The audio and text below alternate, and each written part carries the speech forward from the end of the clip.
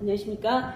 영남일보 이영란의 스위치입니다. 오늘은 안철수 국민의당 대표를 만났습니다. 안녕하십니까, 대표님. 네, 안녕하십니까. 여의도 정치권에서 가장 흔한 말이 정치는 생물이라는 말입니다. 근데 요즘처럼 이렇게 정치가 정말 생물이구나 하는 걸 느끼는 때가 많지 않았던 것 같습니다. 요즘 좀 그렇게 느끼시는 거죠? 뭐 워낙에 정말 일주일 앞을 예상하기가 힘듭니다. 그렇죠. 갑자기 정말 세계적인 도시 서울시장이 네. 그렇게 운명을 달리하시고, 그리고 또 천도 이야기가 나오고, 뭐 일주일마다 계속 이렇게 새로운 이슈를 덮어가고 있어서 네. 그게 한편으로는 역동적이긴 한데 네. 앞에 문제를 좀 중요한 문제를 완결하고 넘어가야 사회가 발전할 텐데 네. 그대로 넘겨두고 계속 새로운 이슈로만 가니까 그게 좀 걱정입니다. 네. 뭐 이런저런 이야기가 너무 많이 나눌 게 많아서요. 시간이 어떻게 될지는 모르겠는데 우선은 약간 한텀 쉬어가는 걸로 해서 그 대표님께서 이제 2017년 유세 중에 그 언급하셨던 내용, 뭐 문재인 후보가 대통령이 되면 세상이 이렇게 될 거예요. 이렇게 했던 이런 바 이제 안철수 예언이 지난해 굉장히 유행을 했었습니다. 예. 이 점 하시는 뭐 또 안철수 예언이 있습니까? 이번 총선 때 또 그 6가지 예언을 한 적이 있습니다. 네. 사실 뭐 내용이 좀 유사합니다. 네. 만약에 민주당이 대승을 네. 거두면은 지금까지 잘못된 경제 정책 기조 바꾸지 않고 고집을 필 거고, 네. 그 다음에 북한의 그런 비핵화 문제도 네. 더 어려워질 것이고 네. 등등 여러 가지 말씀을 드렸는데 참 안타깝습니다. 네. 앞으로 또 혹시 예견해 볼 수 있는 게 있을까요? 앞으로의 어떤 전국 전망이라고 해야 되나? 글쎄요, 미래는 주어지는 게 아니라 만들어가는 것 아닙니까? 네. 근데 저는 포스트 코로나 지금 말하기는 어렵습니다. 네. 네. 그러니까 아마도 우리가 지금 코로나 이런 사태를 한 4분의 1밖에 안 지난 것 같아요. 네. 아직 절반도 못 왔습니다. 네. 그걸 많은 분들이 아셔야 되는데 네.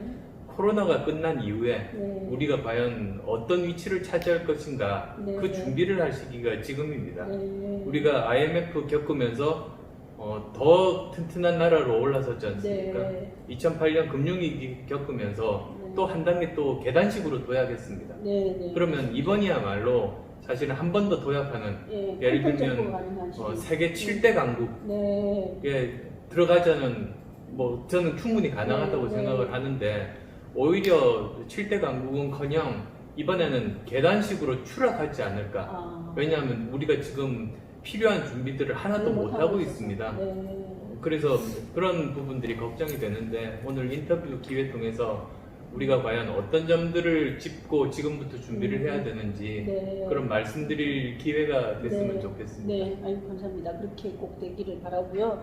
우선은 그래서 당장에 먼저 언급 주시는 거, 일단은 부동산 민심 때문에 인지는 모르겠으나 갑자기 천도 문제가 들고 나왔습니다. 그래서 이 문제가 당장의 문제가 아니라 이제 앞으로 대선까지 이어질 수 있는 국정 아젠다가 아닌가 이렇게 싶긴 합니다. 이 문제를 어떻게 보고 계신지. 저는 기본적인 입장이 뭐 지난번 대선 공약에서도 그랬습니다만 그 세종시를 행정 수도로 완성을 지켜야 된다. 네.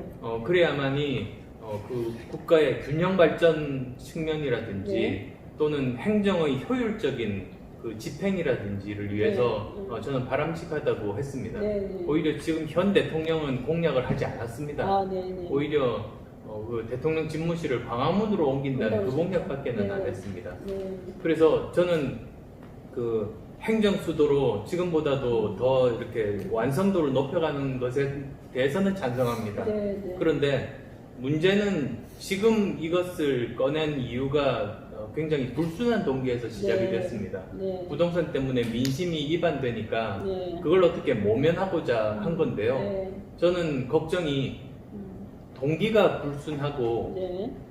실행 능력이 없이 추진을 하다 보면 네. 이 소중한 기회를 완전히 망가뜨릴 수가 있는 겁니다. 네. 그래서 저는 제가 생각하는 방향 자체는 동의를 하지만 네. 지금 현재 이런 그 이야기를 꺼낸 그런 동기라든지 또 집행 능력, 실행 능력 이런 면에서 신뢰를 할 수가 없어서 네. 오히려 이 문제에 대해서 그 강하게 비판을 하게 된 것입니다. 네.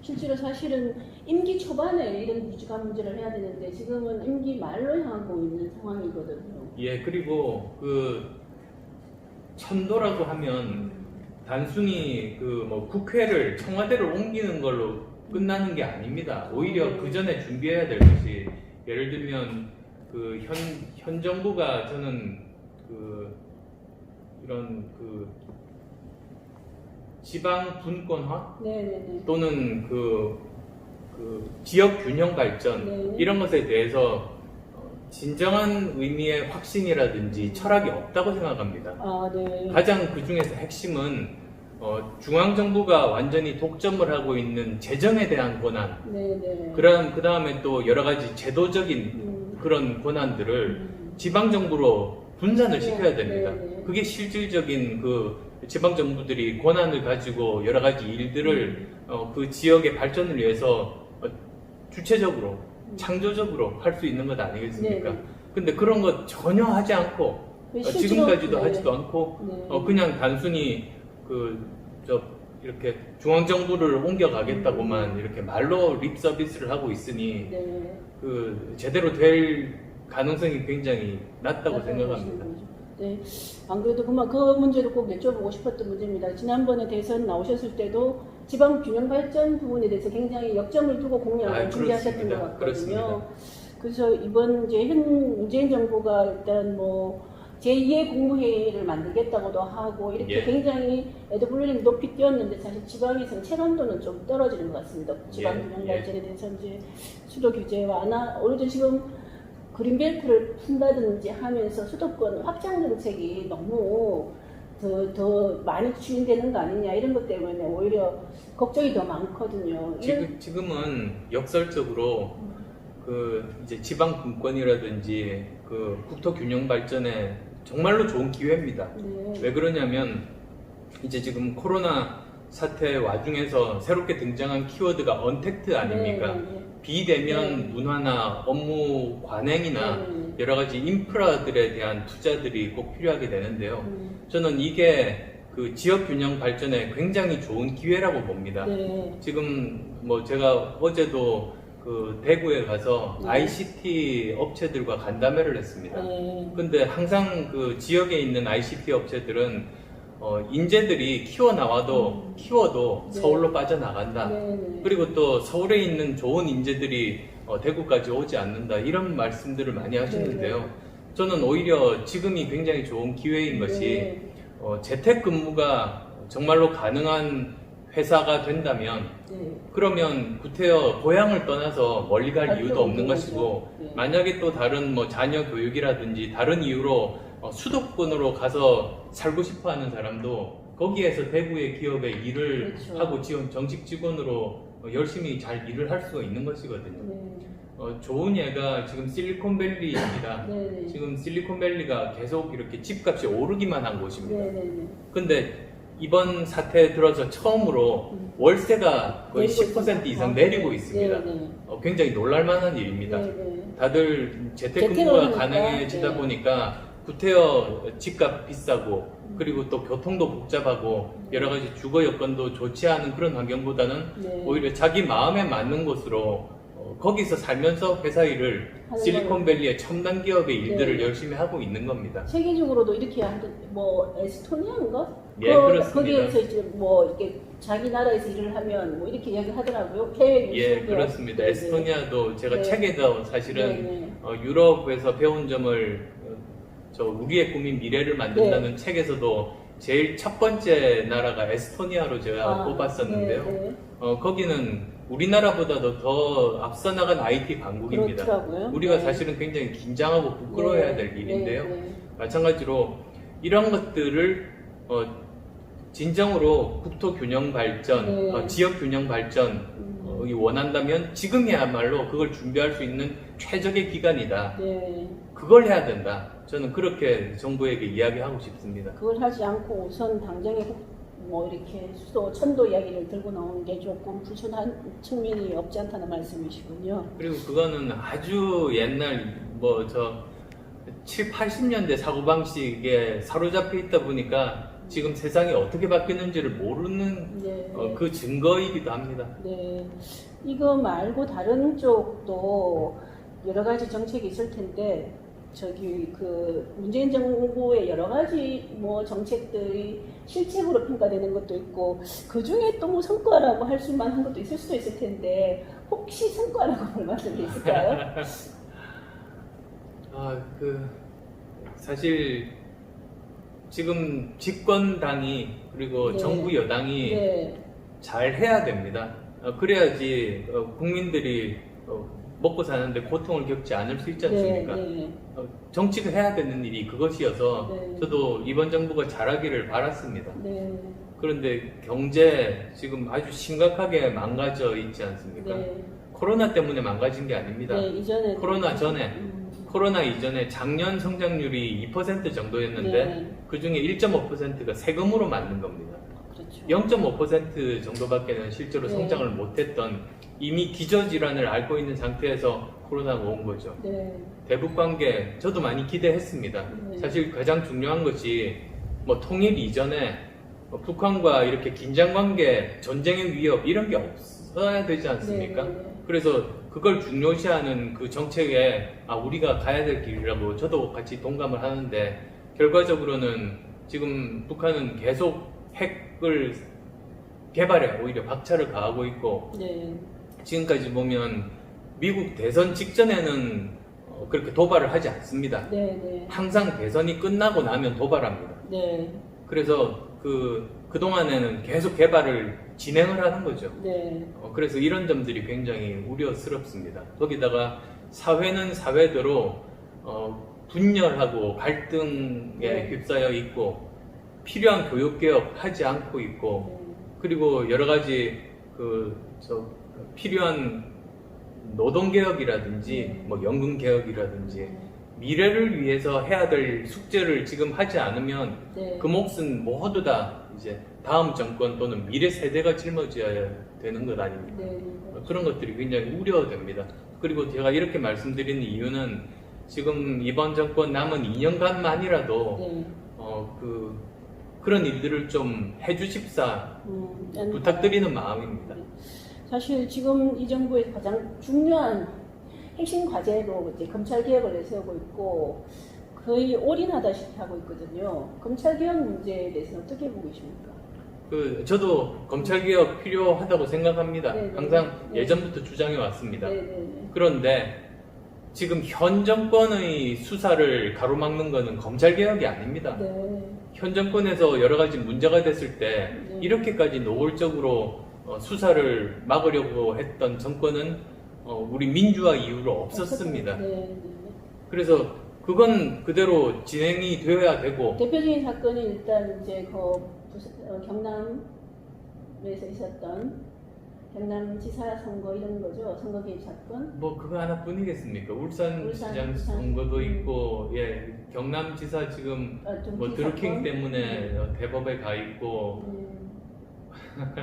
뭐 말을 하자면 오히려 네. 시간이 모자랄 네. 것 같습니다만 그런 부분들 우리 편에는 적용하지 말고 상대편에만 적용하라 이런 네. 법이 어디 있습니까? 네. 이런 원칙이 어디 있습니까? 이런 정의가 어디 있습니까? 네. 그래서 그건 그것대로 하면서 필요한 너무 검찰에 과도하게 권력이 집중돼서 여러 가지 문제가 발생했으면 그거는 제도적으로 풀어야죠. 네, 한 사람을 찍어서 이 사람만 없으면 된다 이런 것이 아닙니다. 검찰의 개혁의 우리가 그동안 생각해왔던 거는 검찰이 정치적으로 영향을 받지 않고 제대로 그렇습니다. 수사를 할 수 있는 것도 중요한 보장돼야 될 권리가 아닌가 이렇게 보는 측면이 있습니다. 그래서 가장 핵심은 대통령의 인사권입니다. 네. 대통령이 이렇게 인사권을 가지고 있는 상태에서는 눈치 볼 수밖에 없지 않습니까? 네. 지금 뭐 윤석열 총장은 처음에 대통령이 임명을 하면서 네.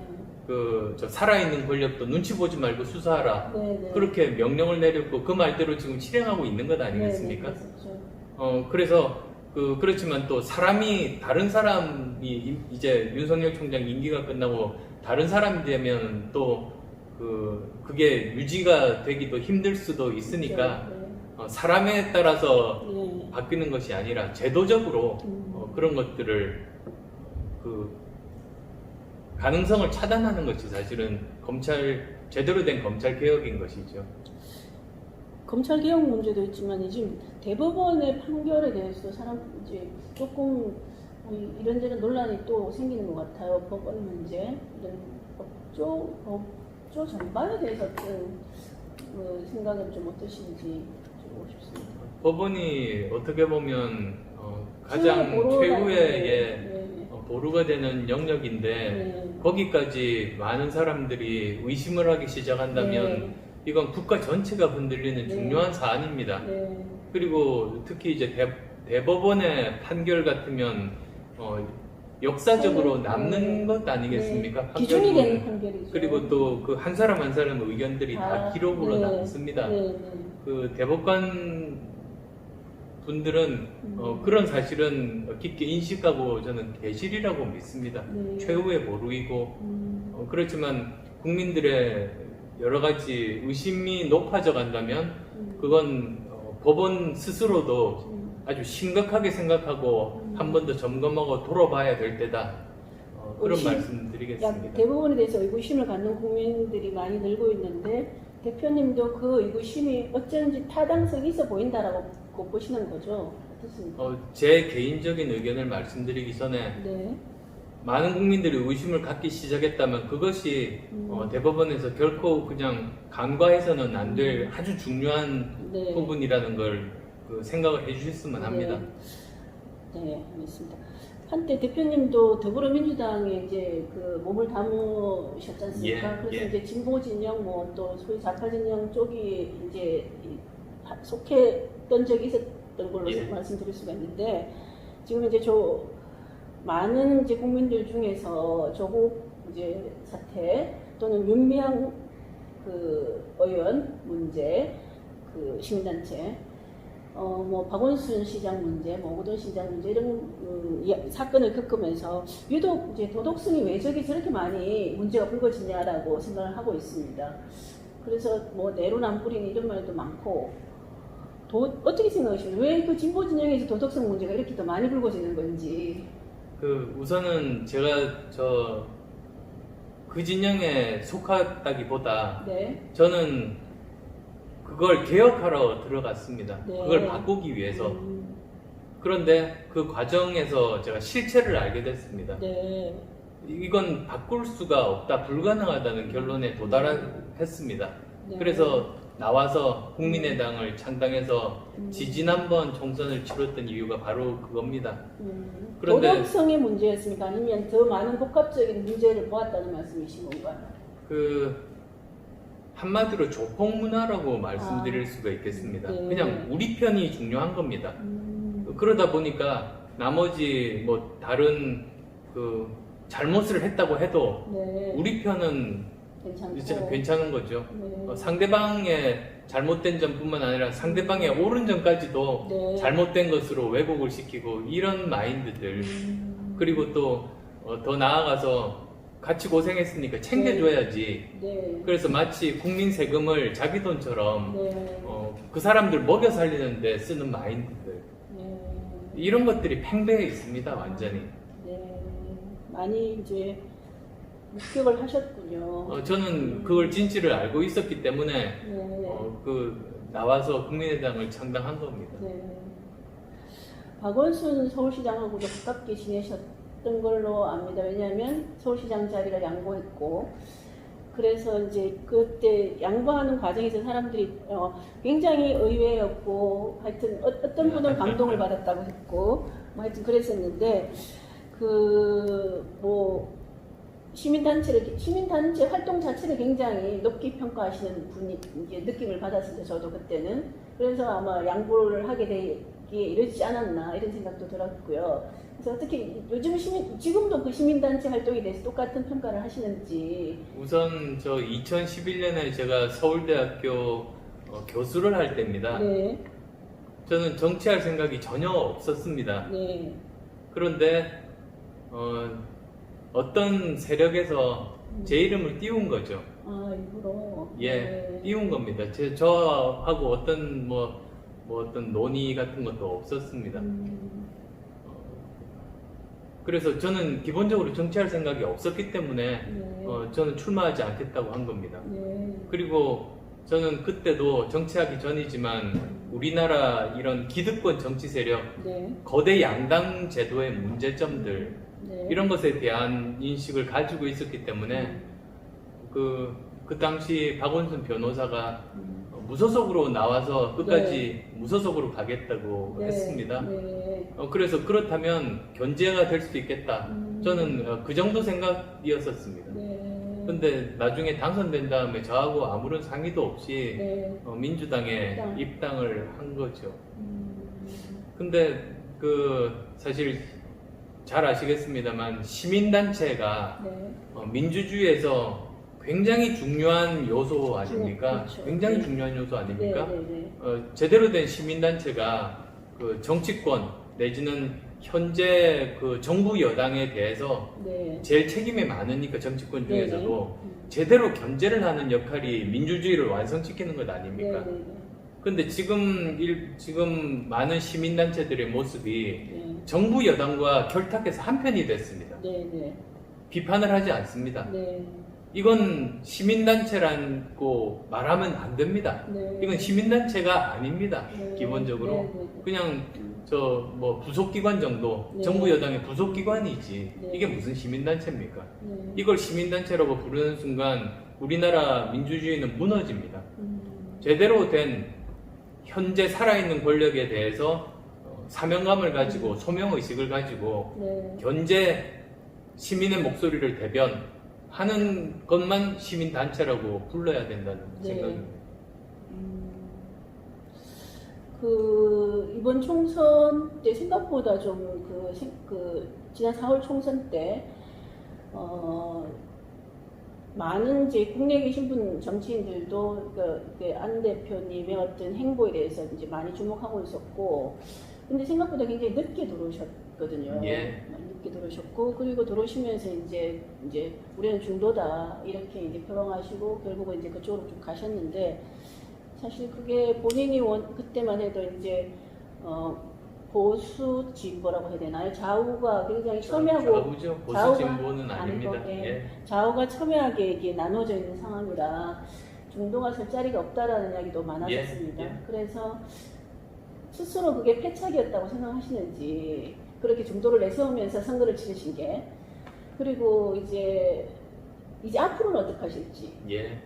당은 어떻게 운영하실 거며, 또 요즘 제일 화두가 되는 게 또 미래통합과의 관계는 어떻게 될 것인지, 이런 것들의 문제가 있을 것 같습니다. 좀 설명을, 지금 현재 정치 좀 설명을 주시겠습니까? 중도에 대해서부터 먼저 좀. 저는 지금 그 당시로 돌아가도 같은 선택을 했을 거라고 생각합니다. 네. 이번 총선의 특징이라고 하면 네. 작년 가을에 조국 네. 사태부터 시작해서 네. 아주 장기간 동안 네. 극단적인 대립 양상이 지속이 됐습니다. 네. 그렇게 되면 중도 유권자들도 둘 중에 하나를 선택할 수밖에 없는 네.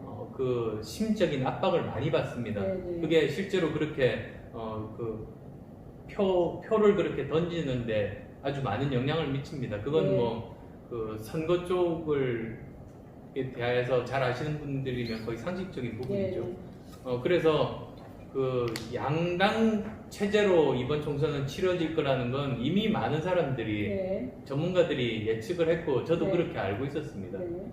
근데 제가 그렇게 양당 체제로 가면서 완전히 이런 저는 중도라는 말 자체를 그렇게 좋아하는 편은 아닙니다. 왜냐하면 그게 보수 진보 내지 좌우와 상대적인 개념이거든요. 네. 저는 사실은 하고 싶은 것 자체는 2012년에 처음 정치를 할 때부터 제가 제일 해야 된다고 생각했던 것은 그런 좌우, 이런 진영 정치가 아니라 네. 패거리 정치가 아니라 조폭 정치가 아니라 저는 실용 정치였습니다. 네. 실제로 사회 문제를 해결하고 세상을 바꾸는 일 자체를 네. 목표로 삼는 것. 네. 그게 제가 추구하는 그 방향인데요. 그 불씨가 완전히 꺼지게 만들 수는 없었습니다. 그래서 조그만 불씨라도 이렇게 척박한 상황에서 살리기 위해서 귀국을 했고 그렇게 열심히 나름대로 선거활동을 했던 겁니다. 그런데 또 한편으로는 우리나라가 계속 이렇게 망가지고 있는 이 가장 큰 책임은 정부 여당에 있기 때문에 정부 여당 견제를 해야 된다는 생각도 굉장히 강했습니다. 그래서 그 두 가지를 동시에 이루는 방법이 지역구에 안 내고 후보를 안 내고 저희들은 비례대표로 승부하겠다고 말씀드린 이유가 그랬습니다. 물론 쉽지 않은 결정이었고 선거가 더 어려워질 거라는 건 다 예상하고 내린 결정이었습니다. 그랬었습니까? 실용정부는 이명박 정부도 이미 실용정부를 표방했었는데. 근데 그게 제대로 되지가 않았습니다. 사실은 그 제대로 할 수 있었으면 아마 우리나라 정치 지형들도 참 많이 바뀌었을 거라고 생각하는데 그렇지 못한 것이 참 안타깝습니다. 문재인 정부 들어서 이후에 여러 가지 그 정부의 문제점도 많이 생겼고 한국당이 굉장히 뭐 장외투쟁도 많이 뭐 했었겠지만 물론 뭐 민주당으로서는 또 나름 이유가 있을 테고 그러나 어쨌든 안 대표께서는 너무 오랫동안 국내 사정을 외면해 온 거 아니냐. 특히나 조국 사태까지 그렇게 조국이 힘든 시기를 겪을 때 왜 그렇게 오랫동안 바깥에서 계셨어야 됐을까요? 우선은 제가 독일로 떠난 이유가 현실 정치에서 물러나겠다고 선언한 다음이었습니다. 그래서 현실 정치에서 물러난 사람이 어떻게 현 상황에 대해서 뭐 개입을 하겠습니까? 자기 정치적인 의견을 밝히겠습니까? 그건 선언한 다음에 해야 되는 일 아니겠습니까? 그래서 제가 1년 정도 독일에 있으면서 그 다음에 또 미국 스탠포드 대학교 법대로 옮겨가면서 고민했던 부분이 제가 과연 현실 정치로 복귀하는 것이 맞는 선택일까? 거기에 대한 고민을 했습니다. 그리고 그 생각을 정리하기 위해서 또 책을 썼습니다. 저는 책을 쓰면서 유럽에서 배웠던 1년간의 배웠던 경험들을 책으로 정리하면 그러면 제가 앞으로 어떤 선택을 하는 것이 우리를 위해서 올바른 선택인지 저 스스로 마음에 자리 잡을 거라고 저는 생각했는데요. 작년 12월 말에 책을 끝내면서 돌아가야 되겠다고 결심을 했습니다. 현실 정치에 복귀해야 되겠다라고 결심한 건가요, 그때? 예, 그때 결심을 한 겁니다. 그게 아니었으면은 계속 외국에 체를 했었을 건가요? 뭐 그랬을 수도 있습니다. 현실 정치를 계속 해야 되는 거에 대한 근본적인 저 나름대로 질문을 던지고 거기에 답을 찾는 과정이었습니다. 그게 아니었는데 도중에 어떤 한국에서 정치적인 상황에 대해서 제가 정치적인 의견을 내는 거는 맞지가 않지 않습니까? 복귀 선언을 하고 하려면 했어야죠. 근데 제 결론이 그때 났는데 그때 결론은 우린 유럽에서 또는 미국에서 보면 거의 한 나라도 빠지지 않고 미래를 위해서 서로 앞서거니 뒤서거니 자기가 잘하는 분야 경쟁을 하는 모습들이 너무나 부러웠습니다. 근데 그때 보면 우리나라는 미래에 대한 고민, 뭐 먹고 살 건지에 대한 고민은 전혀 없이 과거만 가지고 붙들고 싸우고 있었거든요. 이대로 가면 안 되겠다, 망가지겠다. 적폐청산이 국정이었으니까 제일 국정 과제가 적폐청산. 근데 요즘은 적폐청산 이야기 안 하죠. 본인들이 적폐가 돼서. 근데 그래서 요즘 적폐청산이란 말하면은 자기들한테 칼이 들어올까 봐 안 하는 거라고 저는 생각하는데요. 근데 어쨌든 그때 그래서 정말 저는 없어져도 좋으니 이 말을 해야겠다. 우리가 미래를 향해 나아가야 되겠다는 그 말을 하러 제가 귀국하게 된 겁니다. 그래서 지금 당 운영은 미래를 향해서 나가는 운영을 하고 계신가요? 지금 야권들이 다 어렵지 않습니까? 그래서 아까 미래통합당과의 관계도 네. 지금 뭐 질문을 하셨습니다만 네. 지금 야권에게는 절대적으로 필요한 게 국민들로부터 다시 관심을 받고 네. 그리고 또 그 신뢰를 회복하고 네. 저변을 넓히는 일 아니겠습니까? 네. 그렇죠. 근데 지금은 너무나 혐오스러워서 쳐다보지를 않고 있습니다. 네. 특히 미래통합당에 대해서 많은 사람들이 그렇습니다. 지금 미래통합당 지지자분들은 받아들이고 싶지 않으시겠지만 네. 국민 대다수가 그렇게 생각하면 그걸 고치는 노력을 하는 것이 네. 제대로 된 대중정당의 모습 아닙니까? 네. 그래서 저는 지금 저희를 포함한 야권에 속해 있는 정당들이 해야 될 일이 세 가지라고 생각합니다. 네. 우선은 첫 번째는 실제로 국민들의 삶을 혁신적으로 바꿀 의제와 해법들을 네. 내놓는 겁니다. 네. 과거 붙들고 막 이렇게 싸우는 것이 아니라. 네. 그 다음 또 두 번째로는 그 공정과 도덕 면에서 사실은 스스로를 고치고 모범을 보이면서 지금 정부 여당보다 우위에 서는 게 시급합니다. 네. 그 다음 또 세 번째로는 이런 것들을 열심히 국민과 소통을 해야 되는데요. 네. 그걸 무슨 막말로 소통하는 것이 아니고 네. 나름대로 정말 품격을 지키면서 네. 제대로 소통하는 것. 저는 이 세 가지가 핵심이라고 보고 있습니다. 네. 그건 뭐 미래통합당 그리고 저희도 그렇게 하려고 노력을 하고 있고요. 네. 그리고 당이 두 개면 저는 좋은 점들이 많다고 생각합니다. 한 당에서 아무리 열심히 떠들어봤자 이미 굉장히 이미지가 실추된 상황에서는 네. 국민들이 다시 한 번 더 고개를 돌리기까지는 시간이 많이 걸립니다. 네. 근데 오히려 이런 두 당이 저희가 뭐 규모는 사람 인적인 구성은 작을지는 몰라도 네. 저희가 내는 담론의 크기는 작지 않습니다. 네. 그래서 앞서거니 뒤서거니 하면서 경쟁하는 모습을 보면 국민들이 훨씬 더 빨리 이렇게 고개를 우선 관심을 보여줄 것이다. 관심을 얻는 것 자체가 중요합니다. 네. 관심을 얻어야 그 다음에 신뢰를 쌓을 수 있는 기회가 있을 수 네. 있거든요. 네. 저희들이 하는 역할은 그 역할이라고 생각해서 지금 최선을 다해서 하고 있고요.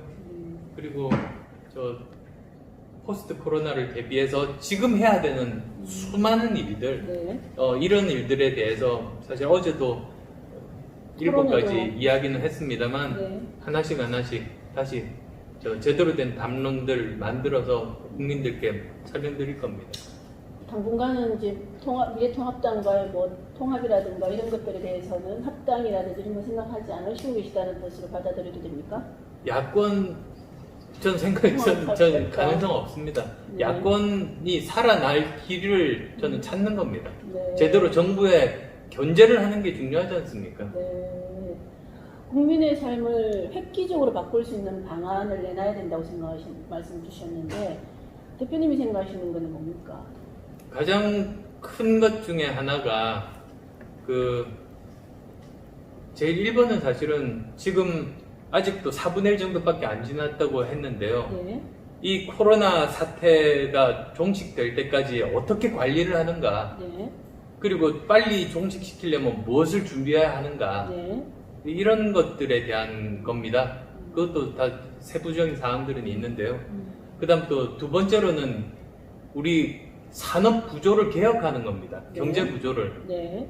지금 보면은 여러 가지로 문제가 많은 것이 고용 없는 성장이라든지 또는 중소기업이 중견기업으로 성장하고 대기업으로 성장하는 그 길이 차단되어 있는 이런 환경이라든지 네.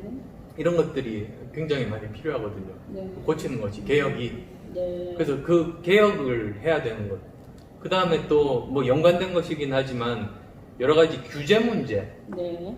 규제 뭐 그전 여러 정권에서 규제 개혁해야 된다고 했는데 계속 안 되지 않습니까? 네. 지금? 그런데 공무원 수는 더 늘린다고 하거든요. 네. 그러면 보나 안 보나 뻔합니다. 규제 더 많아집니다. 네. 이번 정부에서 규제 개혁 못 할 겁니다. 네, 큰 정부가 되어서. 그렇죠? 그리고 그러다 보면 제대로 우리가 산업구조 발전도 못 하게 됩니다. 경제 발전 네. 못 하게 됩니다. 네.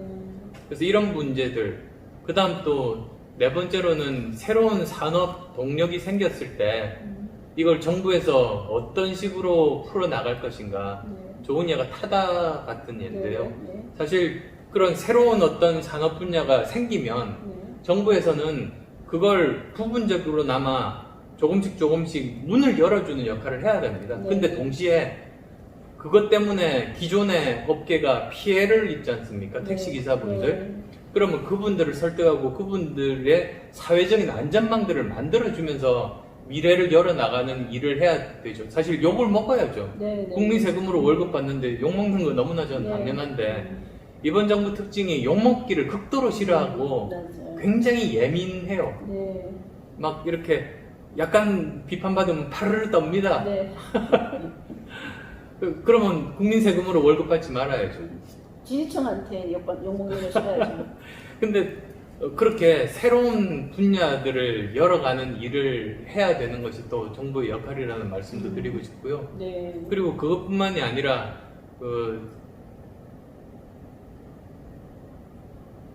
인공지능 시대, 인공지능 관련되거나 또는 데이터 산업 관련돼서도 해야 될 부분들이 많은데 완전히 방향감을 못 잡고 있습니다. 네. 예를 들면 지금은 데이터가 더 중요한 시대거든요. 그렇죠. 데이터가 좋은 데이터가 있어야 인공지능도 역할을 할 예, 거니까. 근데 그 핵심은 정부 데이터입니다. 아, 네. 미국도 오바마 때 얼마나 열심히 노력해서 그 정부 데이터들을 공개를 많이 했는지 모릅니다. 네. 근데 지금도 부족하다고 계속 하거든요. 네. 국가 안보와 직결되는 사안만 아니면. 근데 우리는 국가 안보가 아니라 뭐 공직자 안보와 직결되는 사안들이 많다 보니까 그런지 다 이렇게 닫아 놓는데요. 그걸 다 이렇게 공개를 해야 됩니다, 사실. 네. 그래야 데이터 산업도 발전하고 인공지능이 발달 못하는 이유도 정부가 데이터 공개 안 해서가 큽니다. 그런 일을 먼저 해야 되는 건데 네. 지금 안 하고 있거든요. 그래서 지금이 그거 할 때인데 도대체 그런 생각을 가진 사람을 제가 눈을 씻고 봐도 찾아볼 수가 없어요. 네. 정부도 그렇고 정치권도 그렇고 뭐 이런 부분들. 네. 그래서 할 일이 제가 보기에 네. 산더미 같아요. 네. 국회에서 논의할 것도 산더미 같고 네. 인공지능 같은 경우도 중요하다고 하잖아요. 실제로 4차 산업혁명의 가장 중심인데 네.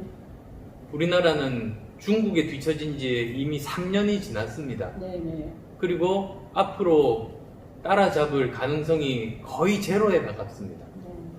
근데도 얼마 전에 중국의 바이두라는 회사에서 3년 내로 10만 명 인공지능 엔지니어를 양성한다고 했어요. 네. 우리나라 450명입니다. 그렇다더라고. 서울대 매년. 전자공학과도 그렇게 돼 있는 거죠.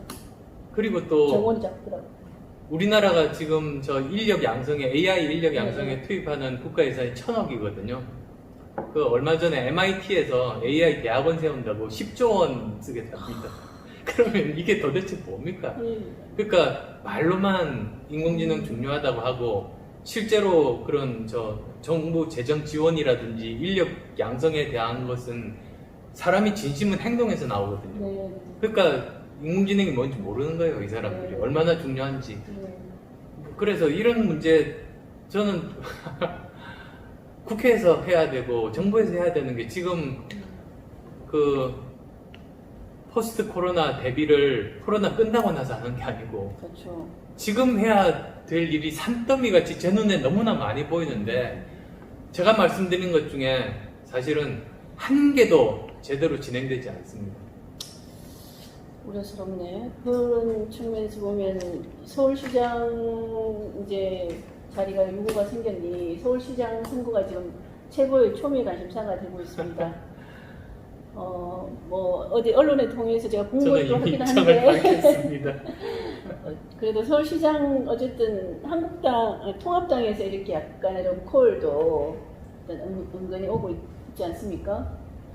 그래서 다시 한번 어떻게 생각하시는지. 원래 정치권에서 언론에게만 이렇게 이야기를 주고받는 형태는 그 어떤 실질적인 움직임이나 의지를 그 가지고 있다고 판단하기는 아직은? 굉장히 어렵습니다. 네. 뭐 그건데 사실은 더 근본적으로는 이번 그 불행한 서울시 이 사태들을 보면 진실 규명이 필요하지 않습니까? 그리고 또 이것 때문에 한쪽에서는 그 뭐 망자 모독을 하고 있고 또 한쪽에서는 피해자에 대한 2차 가해가 극렬하게 진행이 되고 있고 거의 이렇게 같은 사안을 두고 국민이 완전히 반으로 나뉘어졌는데 이건 순전히 정치권 책임입니다. 네. 이 우리나라 미래가 있을 수가 없습니다. 네. 이 문제부터 제대로 그래서 사실을 밝히고 이 문제 해결하는데 정치권이 나서는 게 맞지. 서울시장 선거가 언제입니까? 내년 4월이면 네, 아직 많이 남았죠. 지금 그래서 그거 의논할 때인지 저는 도대체 이해할 수가 없습니다. 이런 것들이 우리나라를 앞으로 나가지 못하게 만드는 그런 것 아닌가 싶습니다. 네. 지금 제가 말씀드린 것들 뭐 AI부터 해서 그 어마어마한 과제들이 지금 놓여져 있는데 네. 기껏 무슨 뭐 대부분 국민들은 그렇게 생각할 겁니다. 아, 누가 돼도 뭐 세상 안 달라져. 뭐 이걸 뭐 야권에서 시장이 되든 여권에서 시장이 되든 무슨 차이가 있겠어. 이렇게 냉소적으로 보는 게 일반 국민들의 시각입니다. 여의도에서만 모르고 있죠. 처음 출발할 때 안철수 하면 정치 신인이라는 이야기가 딱지가 그냥 귀에 못이 박힐 대로 들으셨을 텐데 이제는 거의 정치 식단 정도의 정치를 읽어내시는 듯한데요. 정치가 그러니까 벌써 한 정치 식단 정도 되시나 정치 기력이 과찬이십니다. 그 정치 이야기 좀 많이 해서 이제 좀 더 개인적으로 좀 예. 여쭤보고 싶으면 여러 가지 직업을 가지신 거잖아요, 지금. 예. 의사도 하셨고, 또 이번에 의사로 이제 대구에 또 내려가셨지만, CEO도 하셔서 성공하셨고, 이제 정치 입문 하시는데, 제가 보기엔 그 중에서 정치인으로서는 아직까지 성공했다고는 할 수가 없는 것 같습니다. 어쨌든. 현재 진행형이죠. 현재 진행이죠. 그러니까, 자기 본성하고 이렇게 한번 이렇게 들여다보시면, 예. 어떤 직업이 제일 잘 맞으십니까? 제 기본적인 정체성은 의사입니다. 네. 18살에 대학에 들어가서, 의과대학에 들어가서, 네. 33살에 군의관 마치고, 안랩을 창업하면서 의사를 그만뒀으니까, 네. 10대 후반에서 30대 초반까지 저는 의사로서, 네. 의사의 정체성을 가지고 살았는데, 네. 사람들이 그 시기가 평생 네. 가는 정체성을 가지는 시기 아니겠습니까? 네. 그래서 저도 기본적인 정체성은 의사입니다. 근데 의사라는 정체성은 제일 중요한 게 두 가지입니다. 네. 하나는 직접적으로 다른 사람을 도와주는 봉사라는 인식이 네. 굉장히 중요합니다. 네. 다른 사람들을 도와주고 싶어 하지 않는 사람은 네. 의사를 잘하기도 힘들거든요. 네. 그 다음 두 번째로는 문제 해결입니다. 네. 그 환자분들이 여러 가지 병에 걸려서 오지만 처음엔 무슨 병인지 모르거든요. 네. 증상만 있습니다. 네. 그걸 원인을 밝혀내고 치료 방법을 찾아서 제대로 환자를 낫게 하는 게 전부 문제 해결 과정의 연속이거든요. 네.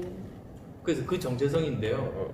근데 그러다 보니까 제가 V3 백신을 개발할 때도 네. 그 두 가지 정체성이 그대로 있었습니다. 사실은 네. 하는 일은 다른데 이런 사회 봉사 그리고 또 문제 해결이었었고요. 회사를 창업하고 벤처기업 경영하면서 회사를 키우는 것도 여전히 마찬가지로 그 두 가지 정체성 가지고 했습니다. 네.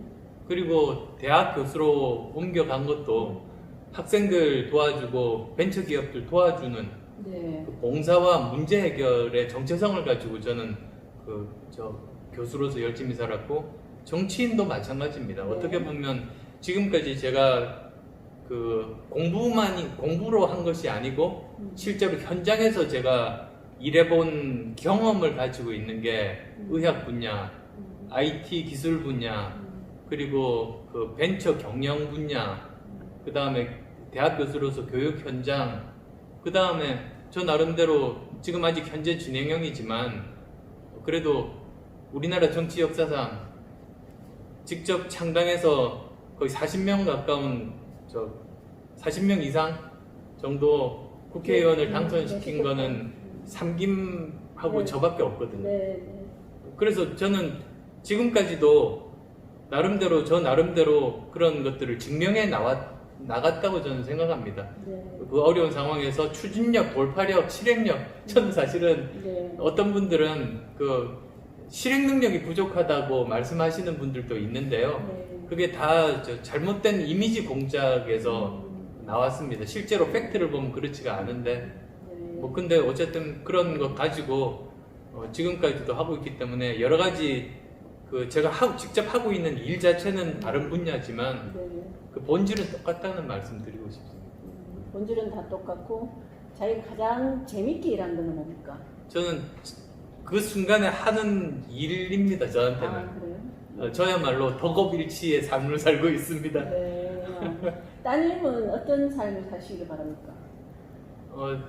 지금 그 박사학위 받고 지금은 포닥하고 있습니다. 네. 그러니까 박사 후 연구원으로. 네. 그래서 대학에서 학생들 가르치는 교수 하는 게 아이의 꿈이어서요. 열심히 그래요? 지금 논문 쓰고 있습니다. 그래서 그 길로 갈 수 있으면 좋겠습니다. 저처럼 여러 분야를 안 하면 좋겠습니다. 사실은. 왜 그러냐면 저 나름대로 다 보람 있는 일들이었고 네. 항상 끝장 보고 사실은 네. 그 다음 직업으로 옮기긴 했지만 그게 보통 힘든 일이 아닙니다.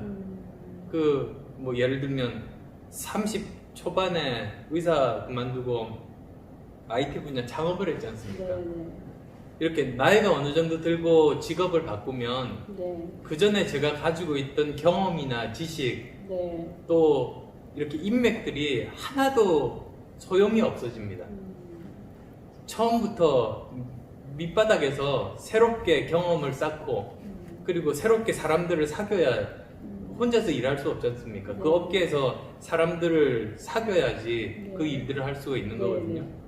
그 다음에 또 어느 정도 회사가 잘 정착이 되니까 다시 대학 교수로 옮겼는데 그럼 또 아주 밑바닥에서 새로 시작한 겁니다. 네. 또 정치도 마찬가지죠. 특히 저처럼 그 거대 양당 중에 한쪽에 몸담고 편하게 있으면 정치 편하게 할 수 있는데 네. 저는 그게 우리나라 미래를 위해서 도움이 되지 않는다고 보고 저는 어려운 길을 지금도 8년째 꾸준히 가고 있으니까요. 여전히 저 밑바닥에서 처음부터 출발한 것이긴 하지만 그 매번 새로 시작하는 거는 힘들어서 저희 딸은 그냥 계속 교수하면 아이고. 교수를 하면 좋겠습니다. DJ 김영삼 대통령이 호랑이를 잡으려면 호랑이 굴로 들어가겠다고 하고 예, 저기 그 우파로 넘어온 거 아닙니까? 예. 한당 그런 부분에 대해서는 그러면 평가가 후하지는 않으시겠네요. 그 정치적인 것이 그 선의를 가지는 것도 중요하지만 결과도 중요하지 않습니까? 네. 그런 그 맥락에서 저는 평가할 수 있다고 생각합니다. 근데 이제 그분의 선택에 대한 평가하고 제 앞으로 선택하고는 다른 거죠.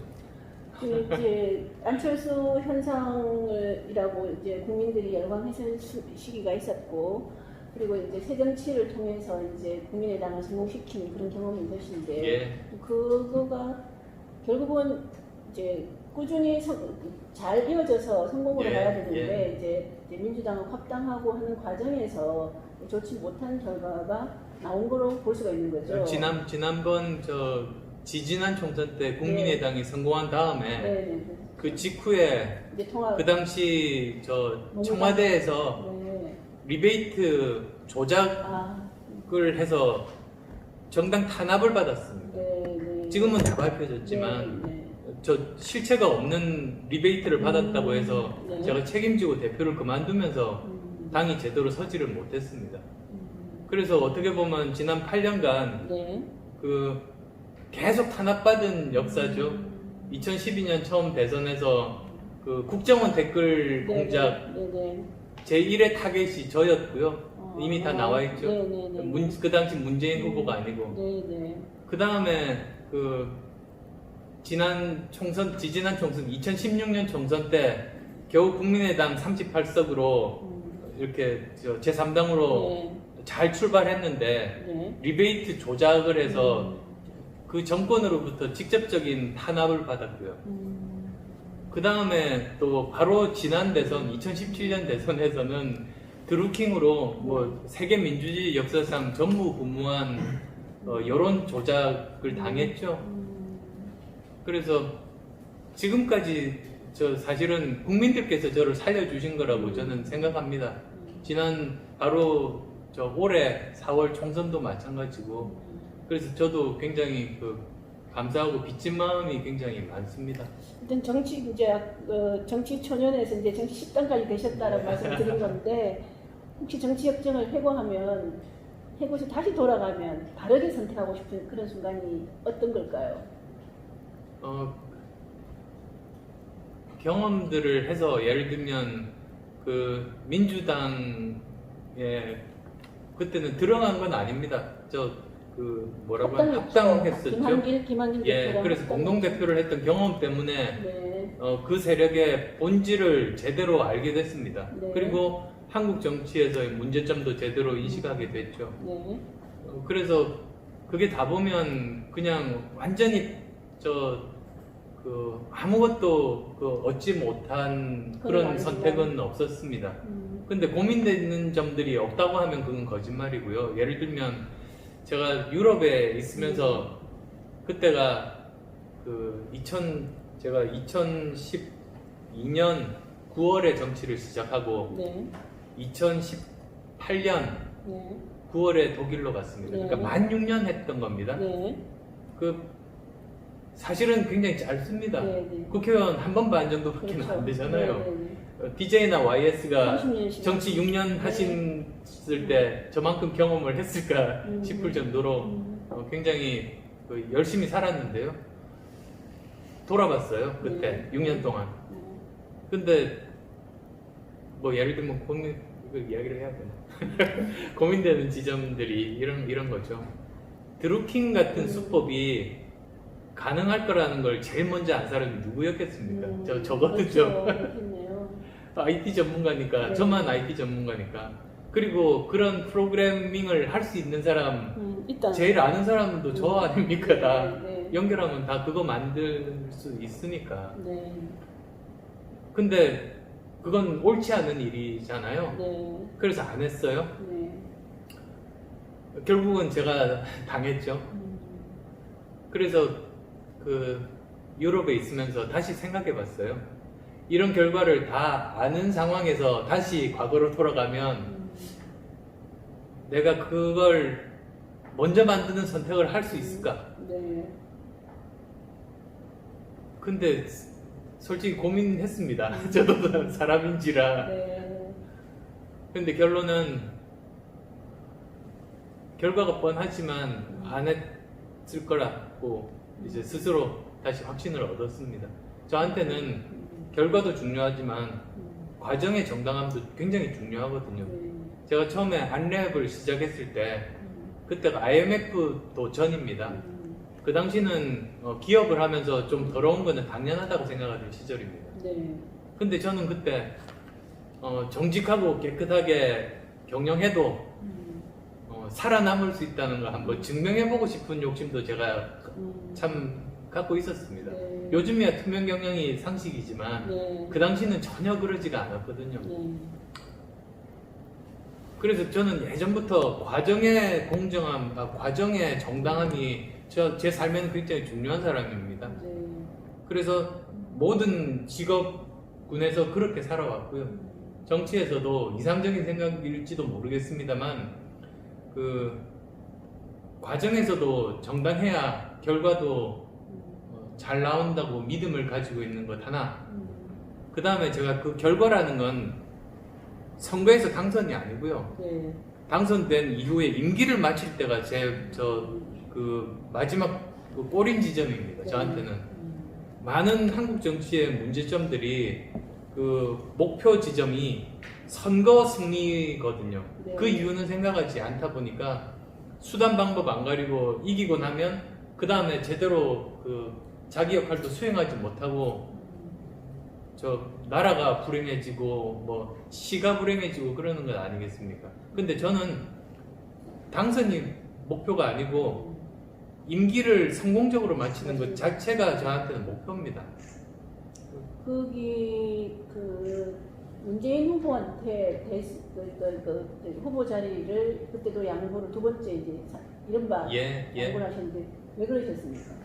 그 우선은 그 선거에서 1등을 이길 수 있는 방법은 2, 3등이 에서 단일화를 하는 수밖에 없지 않습니까? 네. 근데 그거는 뭐 저 예전에 노무현 대통령도 그랬고 네. 저 보면은 계속 나왔던 그런 일들입니다. 이게 무슨 제가 보면은 이념도 다른데도 어쨌든 그렇게 손을 잡으면서 선거에서 이겼지 않습니까? 그래서 우선 그 이제 문재인 후보와 그 당시 단일화를 하겠다.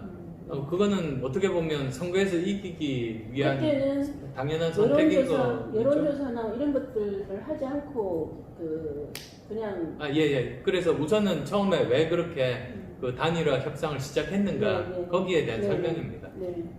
그리고 그 다음에 결국은 보면 뭐 지금이야 모든 국민들이 정치를 아시지만 그 경쟁력 있는 사람이 단일 후보가 되는 것은 관심이 없는 세력이에요.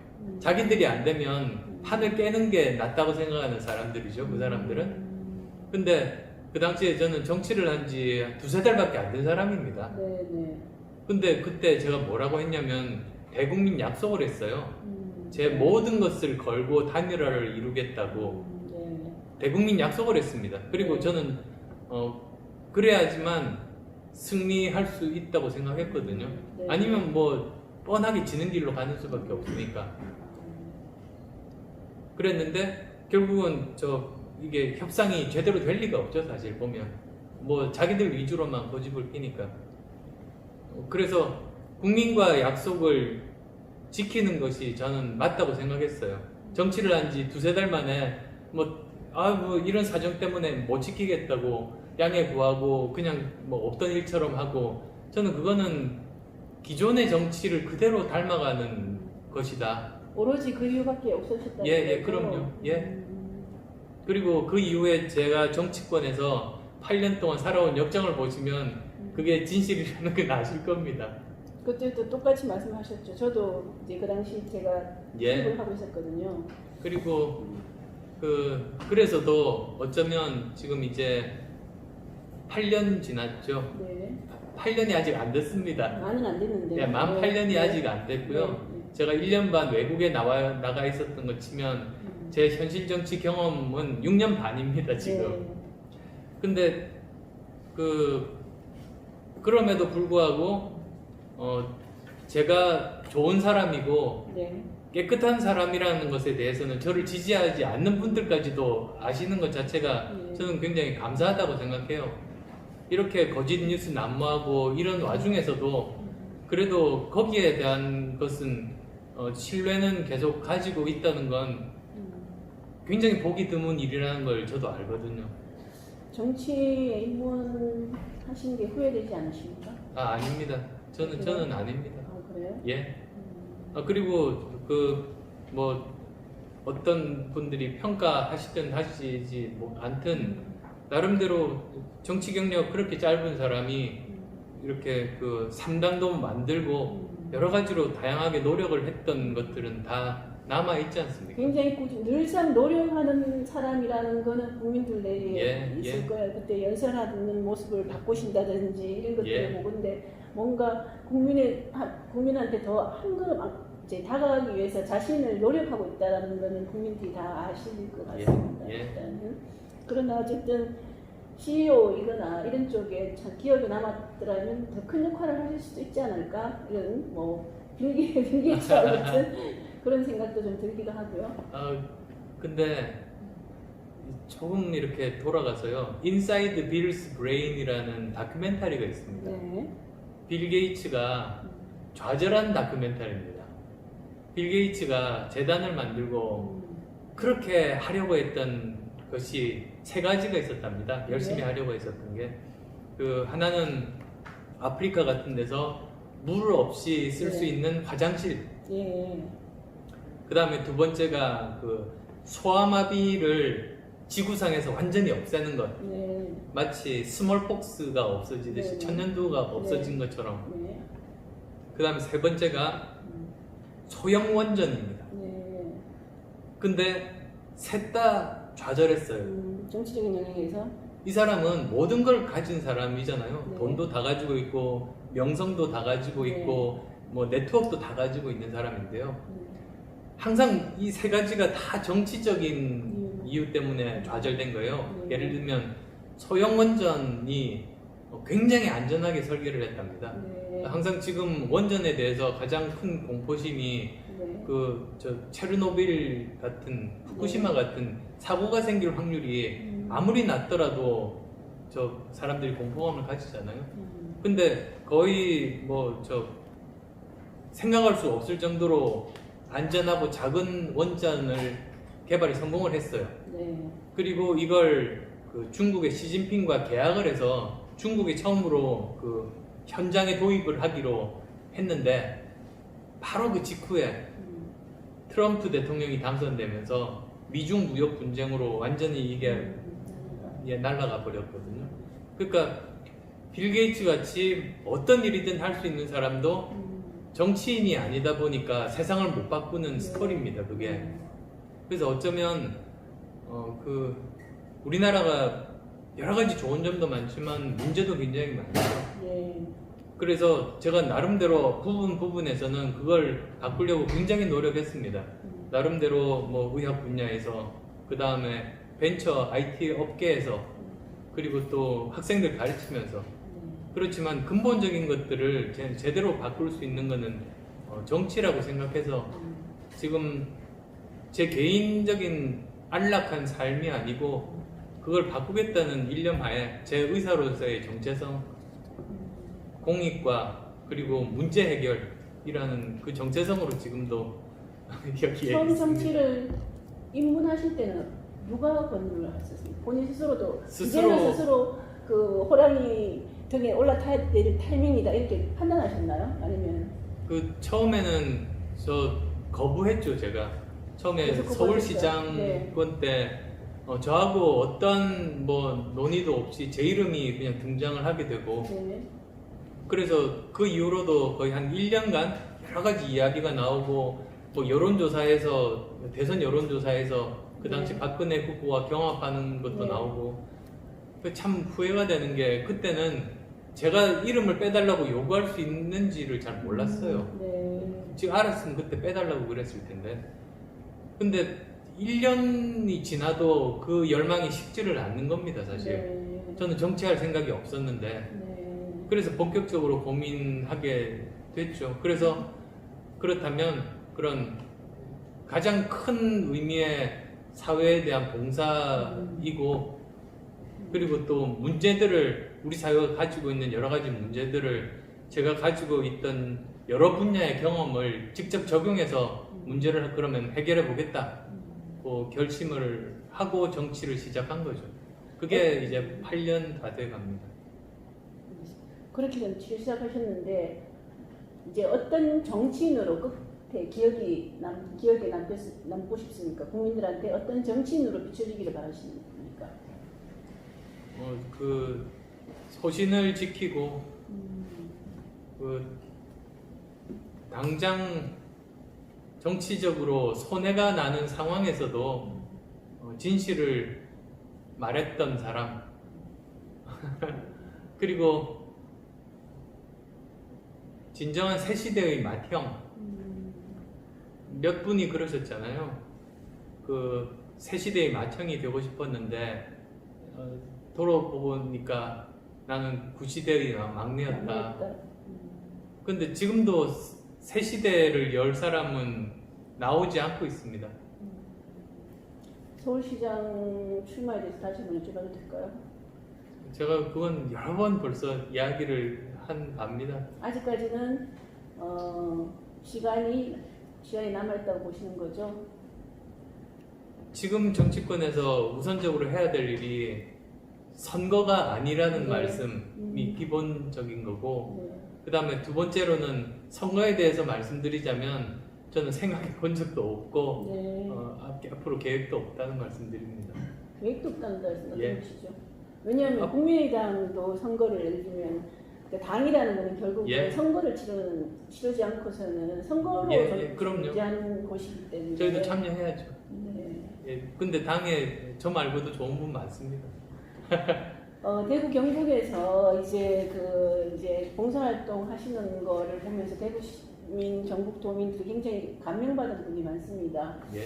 어쨌든 마지막으로 여쭙고 싶은 게 대구 경북 시도민께 혹시 보내고 싶은 말씀이 있으신지 좀 그 당시 생활을 조금 회고하시면서 말씀해 예. 주십시오. 제가 대구로 간 게 3월 1일 날 새벽입니다. 네. 그때가 지금까지 사상 최대의 확진자가 이렇게 보고됐던 바로 또 그날이었습니다. 도시 전체가 공포에 휩싸였고 네. 아예 저 도시 자체가 적막했습니다. 네. 차도 다니지 않고 행인도 없고 특히 병원 주변으로는 그 지나다니는 분들도 전혀 없었습니다. 바로 대구 동산병원 건너편 서문시장이 문을 닫았고 네. 조선시대도 전쟁 때도 대형 화재 때도 열었던 서문시장이 문 닫는 게 저한테 굉장히 충격이었는데요. 저는 그 기간 동안에 오히려 참 많이 배웠습니다. 정말 공동체 의식이라는 게 다시 이렇게 형성되는 모습들도 직접 목격하고요. 전국에서 성원들이 답지하면서 그리고 또 대구 시민들이 스스로 개인위생이나 사회적인 거리두기를 정말 본인에게 굉장히 고통스러운 일인데도 솔선수범해서 지킨 덕분에 대구에서의 그 코로나 사태가 전국으로 확산되지 않았습니다. 그러니까 우리나라가 지금 이 정도로 유지될 수 있는 게 다 대구 시민들의 헌신과 희생 덕분이거든요. 네. 그걸 저는 그래서 많이 배우고 감사한 마음이었습니다. 장시간 감사드립니다. 어쨌든 계속 좋은 정치를 이끌어 가시고 노력하시는 모습이 굉장히 보기가 좋습니다. 더 많이 성공하시기를 기원드립니다. 네, 감사합니다. 수고하셨습니다.